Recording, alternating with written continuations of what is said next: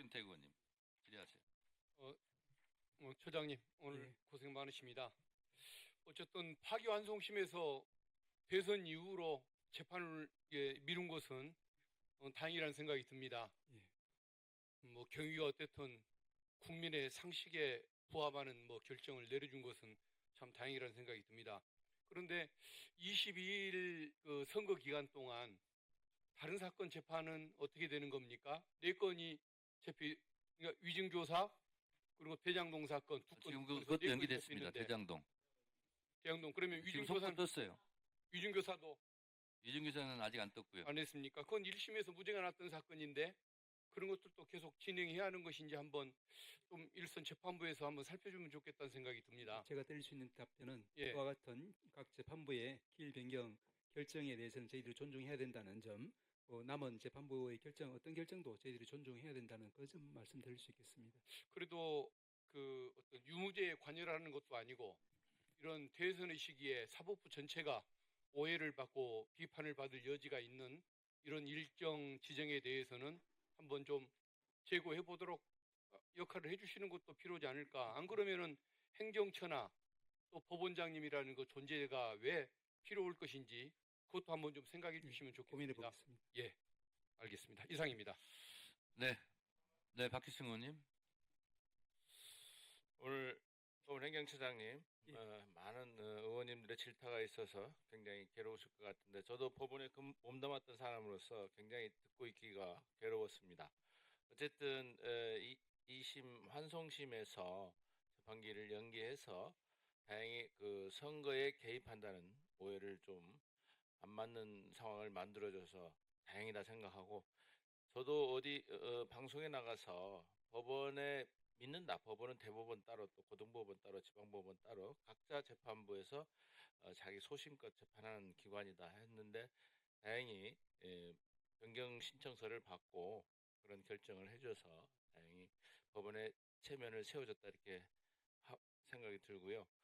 다만 대법원에서 이번에 지금 그런 이례적인 어떤 길 지정 그다음에 전원합의체 해부 또 빠른 신속한 판결 이런 부분들이 지금 굉장히 의혹을 사고 있는데, 나는 또 대법원장님의 소송 지휘는 그렇게 했다고 치더라도 거기에 관여한 우리 대법관님들도 다 재판을 정말 30-40년 이상 하신 법원 내에서도 굉장히 존경받는 분들인데 저도 그분들 중에 매선 청문회도 관여했습니다.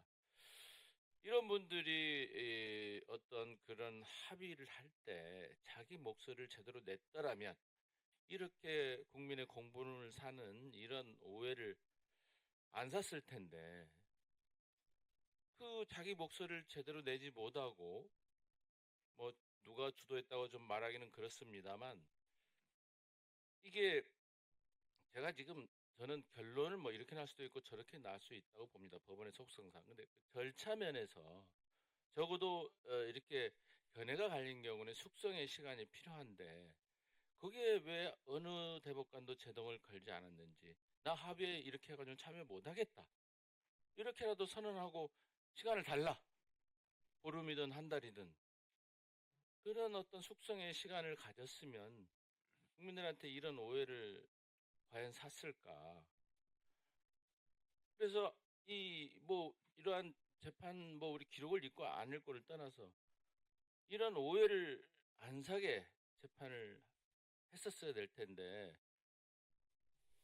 그 훌륭한 그 대법관들이 왜 그러한 판단을 못했는지, 아니면 정말 고등법원 부장판사까지는 훌륭한 법관이었다가 대법관이 되니까 사람이 작아져 버린 것인지, 정말 이게 저도 통탄할 노릇입니다. 저도 엄청나게 법원을 믿는다는 소리 했다가 비난을 많이 받고 있는데, 이 부분은 어떤 사법 신뢰 회복을 위해서 우리 행정처장님께서 크게 좀 신경을 많이 시기를 더 늦췄을 때의 경우, 이렇게 빨리 했을 때의 경우, 어느 경우든 저서 비판을 받을 수밖에 없는 그런 지점에 있기 때문에 이런 부분들이 이제 그 대법관들께서 아마 고민 끝에 그런 이제 다수 대법관들은 정하지 않았을까 하는 추측만 해봅니다. 말씀의 취지는 제가 잘 알고 저도 행정처장으로서 제 자리에서 제 역할을 충실히 하도록 하겠습니다.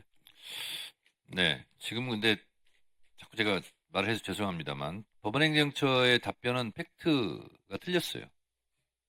조희대 대법원장의 평균, 예? 뭐 파기환송심이든 고등법원에서 올라와서 처리하는 게 보통 90일 안팎이었어요. 그냥 90일만 지켰으면 돼요. 누구한테 비판하거나 비판받을 일이 없어요. 근데 왜 이재명 재판만 36일로 땡깁니까? 조희대 대법원장이 취임하고 나서요, 고등에서 대법까지 그 재판 기일이요, 평균 기일이 더 늘어났어요. 전임 대법원장 체제보다. 90일 이상 더 걸린 문제를 왜 유독 다른 것은 90일 이상 끌었으면서 이것만 왜 36일째 기어코 해야만 했는지, 관례를 깬 것은 불공정하다고 사람들이 생각합니다. 그리고 본인 말대로 633 지키죠. 왜 안 지켜요? 그 633의 마지막 3이 30일입니까? 3개월입니까? 3개월이잖아요. 법원행정처장 맞죠? 3개월입니다. 근데 왜 3개월 안 지키고 30일 만에 하냐고요. 그러니까 본인이 한 633 원칙도 안 지킨 거예요. 다른 일반적인 대법 판결은 3개월로 하고 이재명은 30일로 한다. 그러니까 불공정한 거예요. 그것도 대선 후보에게. 그것도 대선 선거운동 기간 20일 남짓에 5번을 재판정에 나와라. 그리고 9일 만에 초고속 울트라 캡숑 인터넷망보다 더 빠른 속도로 재판하고 또 고부에 내려보내고, 그리고 왜 우편 송달 안 합니까? 법원행정처 보통 우편 송달하잖아요. 근데 왜 이재명 이 사건만 집행관을 내가지고 송달 서류를 갖고 따라다니면서 이재명에게 받아라 막 계속 파발마처럼 뛰어다니면서 그렇게 받으라 합니까? 다른 사람 다 우편 송달하잖아요. 근데 왜 이재명만 왜 우편 송달 안 하고 집행관 직접 파발마처럼 뛰어다니면서 받으라고 하나요? 그러니까 후보직 박탈하려고 하는 거 아니냐, 이렇게 의심을 할 수밖에 없는 거예요. 행정처장님, 예. 대법원장의 속셈을 처장은 말하지 않겠지만, 말할 수 없겠지만 다 알아요, 국민들은. 한 가지만 말씀. 대법원 사법부의 신뢰가 떨어졌다고 그러는데 신뢰를 회복하는 방법 제가 가르쳐 드릴게요. 조희대 대법원장 사퇴. 그것이 사법부의 신뢰 회복의 시작입니다. 더 이상 질의하실 위원님이 안 계시면 이상으로 오늘 회의를 마치겠습니다. 위원님들 수고 많으셨습니다. 기관장님들과 관계 공무원 여러분들께서도 수고하셨습니다. 보좌진, 수석 전문위원을 비롯한 위원회 직원, 경위 속기사 및 언론인 여러분도 수고 많으셨습니다. 다음 법사위 회의는 금요일 날 오전 10시에 개최될 것 같습니다. 산회를 선포합니다.